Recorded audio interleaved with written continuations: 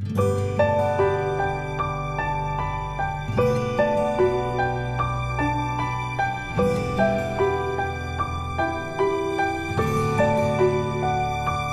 Morning students.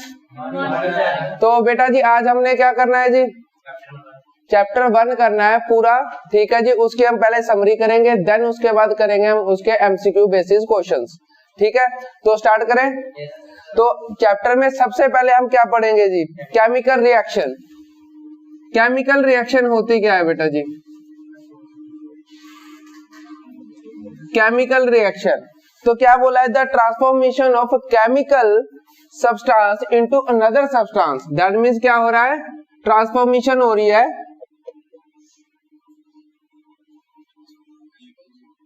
Transformation of chemical substance into another chemical substance.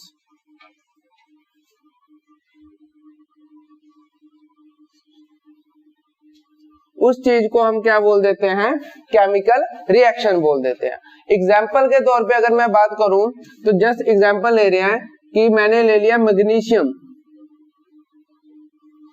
Plus oxygen. जब इसको मैंने heat किया, heat क्या होता है बेटा जी, ट्रायंगल, ट्रायंगल से डोनेट करें।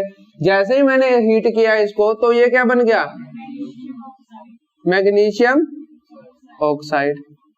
ये होती है हमारी केमिकल रिएक्शन। दैट मींस किसी भी केमिकल सब्सटेंस को रिएक्ट किया और वो चेंज हो गया दूसरे केमिकल सब्सटेंस में, उस चीज को बोलते हैं केमिकल रिएक्शंस। डन। देन उसके बाद आता है बेटा जी रिएक्टेंट क्या होते हैं, क्या होते हैं बेटा जी रिएक्टेंट, ठीक है जी। रिएक्टेंट होते हैं जो क्या कर रहे हैं, पार्टिसिपेट कर रहे हैं। लेफ्ट हैंड साइड वाले को हम क्या बोला जाता है, रिएक्टेंट बोला जाता है, ठीक है जी। जो एरो के उस तरफ होते हैं उसको प्रोडक्ट बोला जाता है। तो रिएक्टेंट पता लगा क्या होता है, जो पार्टिसिपेट कर रहे हैं रिएक्शन में ताकि नया प्रोडक्ट बन सके, उस चीज को, इस चीज को क्या बोलेंगे, रिएक्टेंट। डन। और इस चीज को क्या बोलेंगे, जो हमारा प्रोडक्ट बनेगा, प्रोडक्ट ही हो गया हमारा, ठीक है जी। वो रिएक्टेंट हो गया, ये हमारा प्रोडक्ट हो गया। देन उसके बाद आ जाता है व्हाट इज केमिकल इक्वेशन। अब इसके बाद पहले केमिकल रिएक्शन बता दी क्या होती है, देन उसके बाद आता है कि केमिकल इक्वेशन क्या होती है बेटा जी। केमिकल इक्वेशन क्या होती है, इन एलिमेंट्स को जो हम ये रिएक्ट कर रहे हैं इनको हम सिंबॉलिक फॉर्म में रिप्रेजेंट करें, उस चीज को केमिकल इक्वेशन बोलते हैं। जैसे एग्जांपल के तौर पे मैंने मैग्नीशियम लिया, मैग्नीशियम सॉलिड फॉर्म में लिया, then oxygen O2 gas form में। जब इन्होंने कहता क्या किया, हीट किया इसको मैंने, ठीक है जी, क्या बन गया, मैग्नीशियम ऑक्साइड बन गया। अब ध्यान दो बेटा जी, किसी भी एलिमेंट को उसके सिंबॉलिक फॉर्म में रिप्रेजेंट करते हैं, उस चीज को क्या बोलते हैं, केमिकल इक्वेशन। अब जो केमिकल इक्वेशन होती है, यहां तक पता लगा, इसकी एग्जांपल भी दे दी मैंने आपको, ठीक है, सेम एज इट इज। अब उसके बाद ये जो कहता है केमिकल इक्वेशन होती है बेटा जी, ये आगे फर्दर 2 पार्ट्स में डिवाइड हो जाती है। कौन कौन सी, बैलेंस केमिकल और अनबैलेंस केमिकल, ठीक है। करें आगे। अब बेटा जी केमिकल इक्वेशन आगे 2 पार्ट्स में डिवाइड हो जाती है।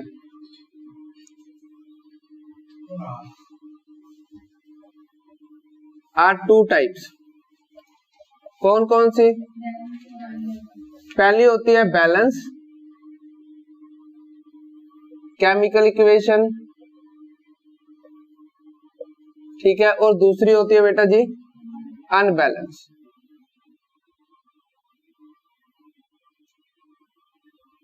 इक्वेशन, बैलेंस केमिकल इक्वेशन में क्या होता है कि जितने नंबर ऑफ रिएक्टेंट होते हैं मॉलिक्यूल उनके, उतने ही कहता क्या होते हैं, प्रोडक्ट की तरफ होते हैं। समझ आया कि जितने नंबर ऑफ रिएक्टेंट मॉलिक्यूल कहता लेफ्ट हैंड साइड पे होंगे, उतने ही कहता राइट हैंड साइड पे होने चाहिए। जैसे एग्जांपल दे रहा हूं बेटा जी बैलेंस केमिकल इक्वेशन की।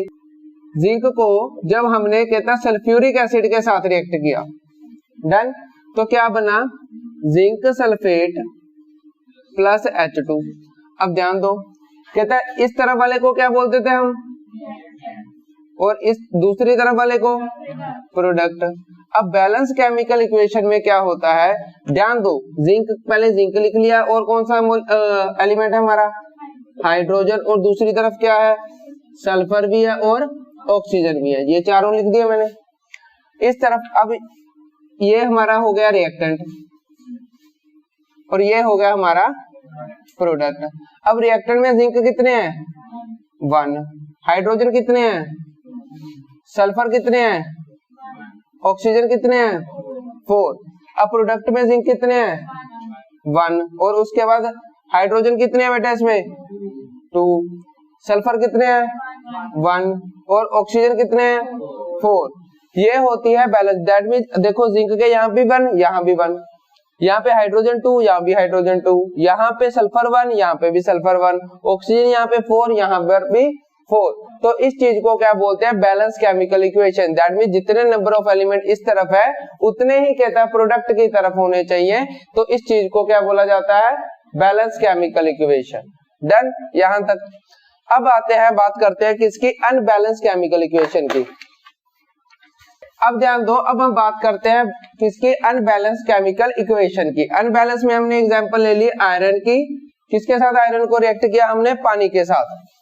जैसे ही कहता पानी के साथ रिएक्ट किया तो इसने कंपाउंड बनाया Fe3O4 प्लस H2, ये था।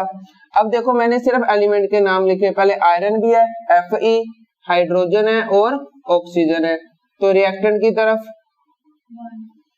और प्रोडक्ट की तरफ,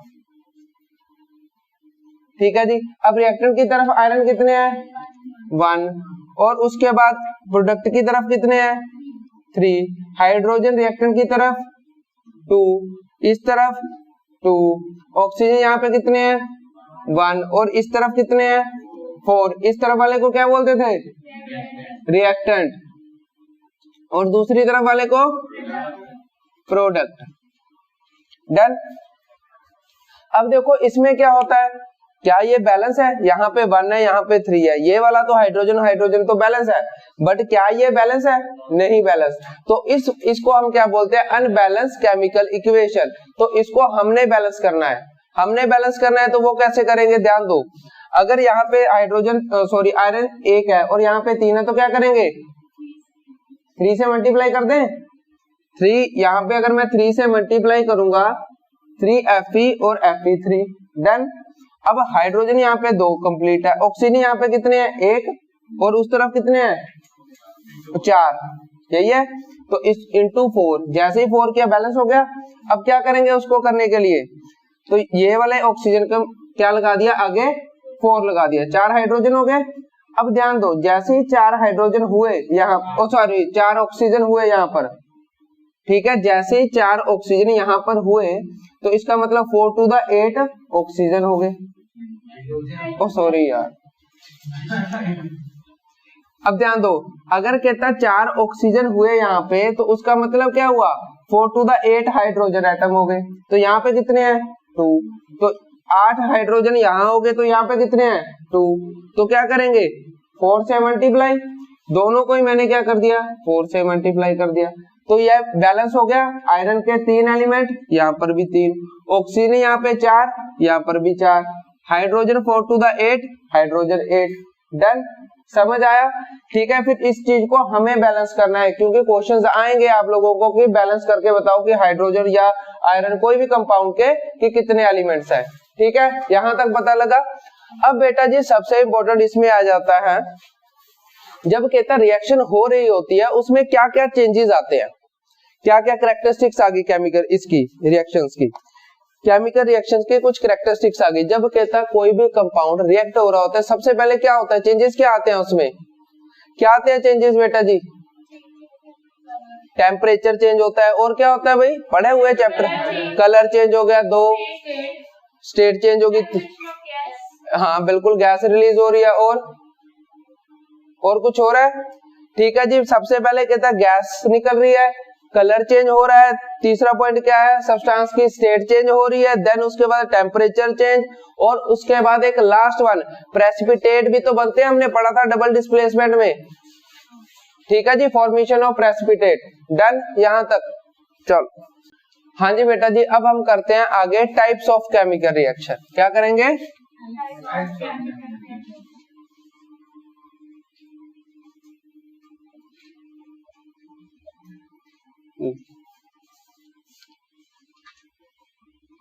सबसे पहले हम बात करते हैं किसकी? Combination reaction. Combination reaction. अब बेटा जी कॉम्बिनेशन रिएक्शन में क्या था, हमने पढ़ा हुआ है बेटा जी, क्या होता था? When two or more reactant combine to form a single product is known as combination. That means आप लोगों को पता है कहता क्या होता है, एग्जाम्पल इसकी जस्ट एक वो दे रहा हूँ फॉर्मूला, कहता जब एक या एक से ज्यादा एलिमेंट कंबाइन करते हैं, ए और बी को मैंने कंबाइन किया और एक सिंगल प्रोडक्ट बन गया, उस चीज को क्या बोलते हैं? Combination reaction. डन। अगर मैं इसकी एग्जांपल दूं, हमने अभी पढ़ी है मैग्नीशियम वाली, सॉलिड फॉर्म में, ऑक्सीजन गैस फॉर्म में, फॉर्म क्या बन गया? MgO। बैलेंस करने के लिए क्या करेंगे? यहाँ लगाएंगे 2, यहाँ भी 2 लगाएंगे और ये किस में फॉर्म में हो जाएगा? सॉलिड फॉर्म में हो जाएगा। डन। कॉम्बिनेशन का पता लगा। देन उसके बाद आती है next type, decomposition reaction. Decomposition reaction क्या है बेटा जी, बताइए? A single reactant break down into 2 or more product is known as decomposition reaction। कहने का मतलब कहता एक सिंगल रिएक्टेंट AB जब टूटता है किसमें? 2 या 2 से ज्यादा में टूट गया। डन। तो उस चीज को क्या बोल देते हैं? Decomposition reaction. तो डीकंपोजिशन की अगर मैं एग्जांपल लूं तो इन्होंने एग्जांपल क्या ली? कैल्शियम कार्बोनेट को जब हमने क्या किया? सॉलिड फॉर्म में है, जब उसको मैंने हीट किया तो क्या बन गया हमारा? Calcium oxide plus carbon dioxide, ये गैस फॉर्म में, और जो कैल्शियम ऑक्साइड है बेटा जी वो सॉलिड फॉर्म में मिल गया हमें। डन।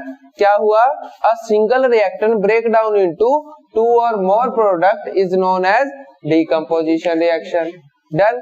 अब डीकंपोजिशन में बेटा जी आगे 3 रिएक्शंस और आ जाती हैं डीकंपोजिशन में।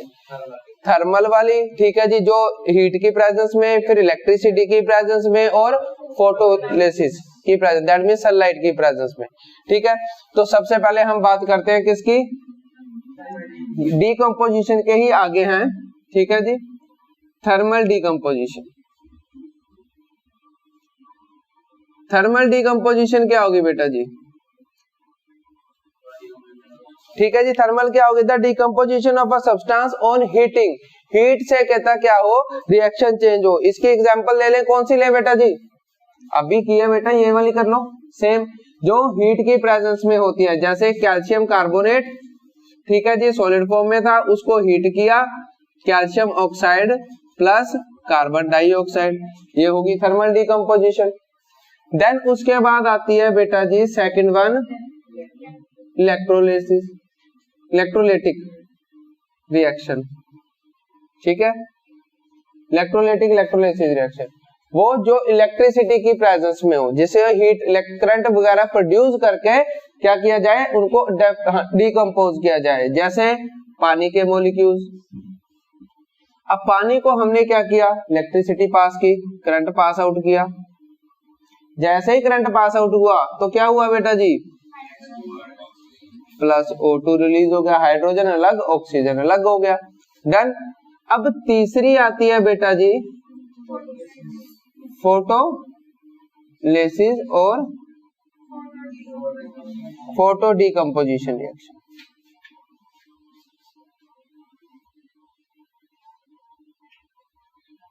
रिएक्शन। अब फोटो डीकंपोजिशन रिएक्शन में क्या आ गई बेटा जी? एग्जांपल सिल्वर क्लोराइड की हमने पढ़ी थी ना, ये सिल्वर क्लोराइड भी ले सकते हो और ब्रोमाइड भी ले सकते हो। ठीक है जी, AgCl को हमने सनलाइट की प्रेजेंस में रिएक्ट किया तो क्या हो गया? Ag+2, तो बैलेंस करेंगे। ठीक है जी, सनलाइट की प्रेजेंस में ये हमारा सिल्वर और क्लोरीन अलग हो जाएगा। और एक और बात, ठीक है जी, एक और, जो डीकंपोजिशन रिएक्शन होती है वो कहता ऑपोजिट होती है किसका? कॉम्बिनेशन रिएक्शन में। क्यों? क्योंकि कॉम्बिनेशन में क्या होता था, दो या दो से ज्यादा रिएक्टेंट कंबाइन करते थे, कंबाइन करने के बाद एक सिंगल प्रोडक्ट बनाते थे। But in case of decomposition उसमें क्या होता था, सिंगल रिएक्टेंट ब्रेक करता था दो या दो से ज्यादा प्रोडक्ट में। डन। अब आओ तीसरी टाइप पे, displacement reaction.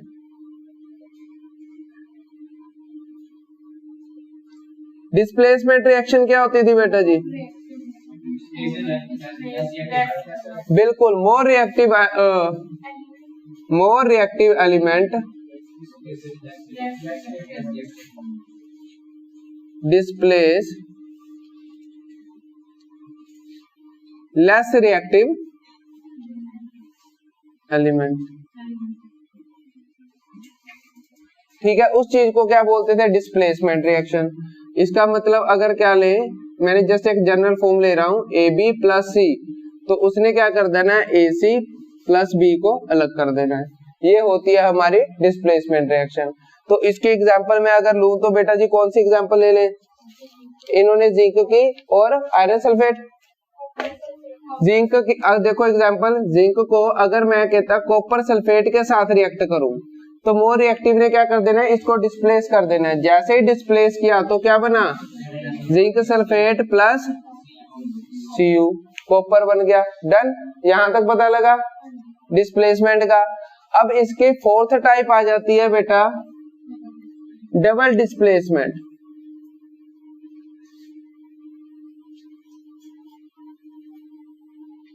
Double displacement reaction. Double displacement में क्या हो गया, इसमें कहता क्या होता था, मोर रिएक्टिव डिस्प्लेस करता था लेस में। डबल डिस्प्लेसमेंट में क्या होता है, दोनों के आयंस अपनी पोजीशन चेंज करके दो न्यू प्रोडक्ट्स बना लेते हैं। ठीक है, both the ion exchange their position and to form a two new product is known as double displacement reaction.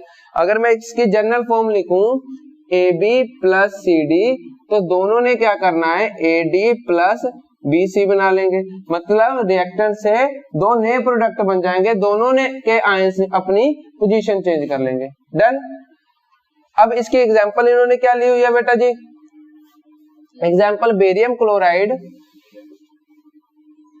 और सोडियम सल्फेट Na2SO4। जब इसको कहता रिएक्ट किया तो क्या हुआ बेटा जी, सोडियम ने क्लोरीन को अपनी तरफ खींच लिया, 2NaCl plus BaSO4, barium sulphate बन जाएगा। ठीक है, डबल डिस्प्लेसमेंट का पता लगा, both the ion exchange their position to form a two new product is known as double displacement reaction. Done. यहां तक कर दो रेज। हाँ जी बेटा जी, नेक्स्ट देखो ऑक्सीडेशन। ऑक्सीडेशन क्यों होता है बेटा जी,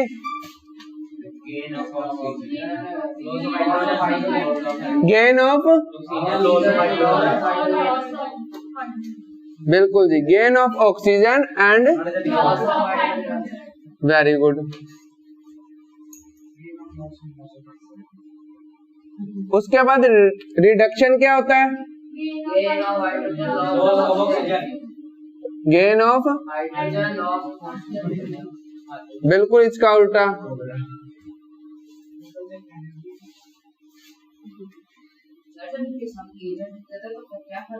अभी वही करेंगे बेटा discuss.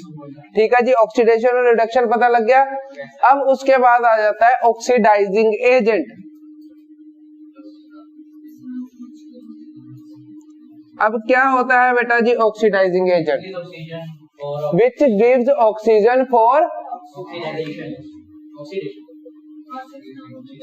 Which give oxygen for oxidation.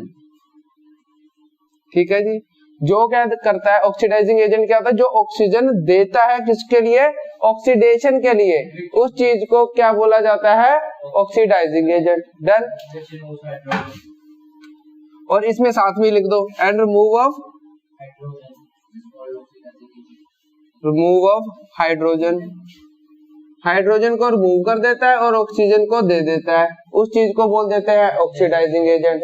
Reducing agent क्या होता है, इसका उल्टा।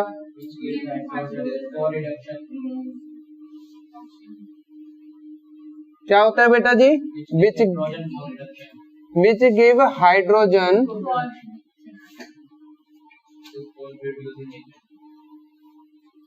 for reduction and remove oxygen is known as reducing agent. Done, यहां तक पता लगा। अब उसके बाद आ जाता है बेटा जी जिस वो वाली रिएक्शन जिसमें बोथ हो ऑक्सीडेशन और reduction both take place in a single reaction is known as redox reaction, जिसमें कहता क्या हो रहा है ऑक्सीडेशन भी हो रही है और रिडक्शन भी हो रही है, तो उस रिएक्शन को क्या बोला जाता है रिडॉक्स रिएक्शन।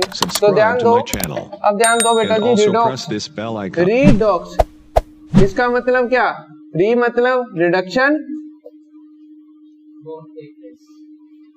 और ऑक्स मतलब ऑक्सीडेशन, जिसमें क्या दोनों ही चीज हो रही है, उस चीज को क्या बोल देते हैं रिडॉक्स रिएक्शन। ठीक है, ये बोल देते हैं रिडॉक्स रिएक्शन। इसकी अगर मैं एग्जांपल लूं, copper oxide plus H2 give rise to copper plus H2O। अब ध्यान दो, कॉपर ऑक्साइड से कॉपर में कन्वर्ट हुआ, ठीक है, देन हाइड्रोजन से H2 से H2 में H2O में कन्वर्ट हुआ, तो हाँ जी CuO से Cu बन गया, क्या हो रहा है loss of oxygen. Loss of oxygen क्या है रिडक्शन। H2 से H2O बन रहा है, इसमें क्या हो रही है ऑक्सीडेशन। ऑक्सीडेशन क्या थी गेन ऑफ ऑक्सीजन, ठीक है जी, इसमें गेन ऑफ ऑक्सीजन हो रहा है, H2 से H2O बन रहा है, और इसमें कॉपर ऑक्साइड से कॉपर लॉस ऑफ ऑक्सीजन हो रहा है बेटा जी। इस चीज को क्या बोला जाता है रिडॉक्स रिएक्शन, जिसमें दोनों ही हो। डन। अब उसके बाद आता है बेटा जी एक्सोथर्मिक। एक्सोथर्मिक रिएक्शन कौन सी होती है और एंडोथर्मिक दोनों ही जानेंगे। पहले एक्सोथर्मिक की थोड़ी जानकारी ले लें। एक्सोथर्मिक रिएक्शन कौन सी होती है जिसमें क्या हो हीट रिलीज हो, ठीक है जी। क्या होती है एक्सो मतलब आउट, एंडो मतलब अब्सॉर्ब करना। कहता है एक्सोथर्मिक रिएक्शन वो होती है जिसमें क्या हो रही है हीट रिलीज हो रही है। जैसे हम सांस लेते हैं, क्या हो रहा है कार्बन डाइऑक्साइड निकल रही है, तो हीट की फॉर्म में निकल रही है, वो गर्म हवा निकल रही है, तो ये किसकी एग्जांपल है एक्सोथर्मिक रिएक्शन की। और एंडोथर्मिक की क्या हो रही है जब हीट अब्सॉर्ब हो रही है। हीट अब्सॉर्ब की एग्जांपल क्या है बेटा जी जिसमें हीट अब्सॉर्ब हो रही हो। हाँ वो तो पढ़ के बता दिया, ठीक है। जिसको कहता है, अब देखो एंडोथर्मिक की एग्जांपल है कैल्शियम कार्बोनेट। जब हम उसको हीट देते हैं तो वो ब्रेक करता है किसमें कैल्शियम ऑक्साइड प्लस CO2 में। जबकि एक्सोथर्मिक में क्या होता है हमने जो खाना खाया या फूड डाइजेस्ट हुआ या कुछ भी हुआ तो उसमें से हीट निकलती है, वो होती है हमारी एक्सोथर्मिक रिएक्शन, ठीक है। और इसमें एक इंपॉर्टेंट बात एक्सोथर्मिक में कहता है, इन्होंने बोला ज्यादातर जो कहता है डीकंपोजिशन रिएक्शंस होती हैं, ज्यादातर डीकंपोजिशन कौन सी वाली थी सेकंड टाइप ऑफ रिएक्शन की, वो सारी की सारी एक्सोथर्मिक रिएक्शंस होती हैं क्योंकि उसको हीट देते हैं तो वो ब्रेक करता है, ठीक है जी। समझ आया बेटा। हाँ जी, effect of oxidation in everyday life. कहता है जो ऑक्सीडेशन का इफेक्ट है वो हमारे डेली लाइफ पे कहाँ इफेक्ट पड़ता है। तो सबसे पहले किसमें, पहले जंग की बात कर लेते हैं। क्रोजन। क्रोजन क्या होता है बेटा जी हाँ जी लड़ाई लग जाती है, ठीक है जी। क्रोजन क्या होता है कहता है वो स्लो प्रोसेस, क्या बोला है the process of slow conversion of metal into the undesirable substance या कंपाउंड। कहता वो धीरे धीरे होने वाला प्रोसेस जो क्या करता है सब्सटेंस को मेटल को चेंज कर देता है, जो उसको नहीं होना चाहिए उसमें चेंज कर देता है, उस चीज को क्या बोल देते हैं क्रोजन बोल देते हैं। तो इसकी जो एग्जांपल है बेटा जी वो क्या है rusting of iron. Rusting of iron क्या है जब उसको कहता क्या होता है मॉइस्चर के साथ एयर के साथ रिएक्ट करता है, वो धीरे धीरे क्या होता है उस पे रेडिश ब्राउन कलर की लेयर जमा हो जाती है, वो क्या है रस्टी तो है, उस चीज को क्या बोलते हैं रस्टिंग ऑफ आयरन, डन। अब कहता है इसको बचाने के लिए क्या क्या प्रोसीजर है, क्या क्या स्टेप्स हैं। रस्टिंग ऑफ आयरन, अच्छा। गैल्वेनाइजेशन क्या होता है जी, coating of zinc, good, coating of zinc. फिर उसके बाद कहता है दूसरा पेंट कर देना, ऑयल कर देना, ग्रीस कर देना, डन। और कोई प्रोसेस इसमें बेटा जी, उसमें ही आ गया पेंटिंग में, ठीक है, पेंट करके रख देना। अब आ जाता है रेंसिडिटी। रेंसिडिटी क्या होता है बेटा जी, हाँ जी सर बोलिए। ठीक है जी, अच्छा। जब कहता ऑयल और फैट वाली जो क्रिस्पी, मान लो तेल में जो बनी हुई चीजें हैं उसको हम कुछ समय के लिए बाहर रख दें, ठीक है जी, उसका क्या होता है स्मेल और उसका जो टेस्ट होता है वो दोनों ही चेंज हो जाते हैं। उस फूड को हम क्या बोलते हैं, रेंसिड, रेंसिड हो जाता है फूड। और उस पूरे प्रोसेस को क्या बोला जाता है, रेंसिडिटी बोला जाता है। तो अब उस चीज को बचाने के लिए हम क्या करते हैं, हाँ जी बिल्कुल, एंटीऑक्सीडेंट यूज करते हैं, रेफ्रिजरेटर यूज करते हैं, नाइट्रोजन यूज करते हैं, बिल्कुल ठीक है। जो हमारे ये लेज के पैकिंग होते हैं, जो आप लोग चिप्स वगैरह भी खाते हो, उसमें कहता बहुत ही कम मात्रा में नाइट्रोजन डाली जाती है ताकि उसका जो प्रोसेस है वो लंबे समय तक क्या हो सके, हाँ चल सके, ठीक है जी। जैसे ही उसमें से कोई हवा निकली उसके बाद वो खराब होने शुरू हो जाते हैं। डन, यहाँ तक पता लगा। तो यहाँ पे अब आप लोगों का बेटा जी जो चैप्टर है थ्योरेटिकल पोर्शन वो हो चुका है खत्म।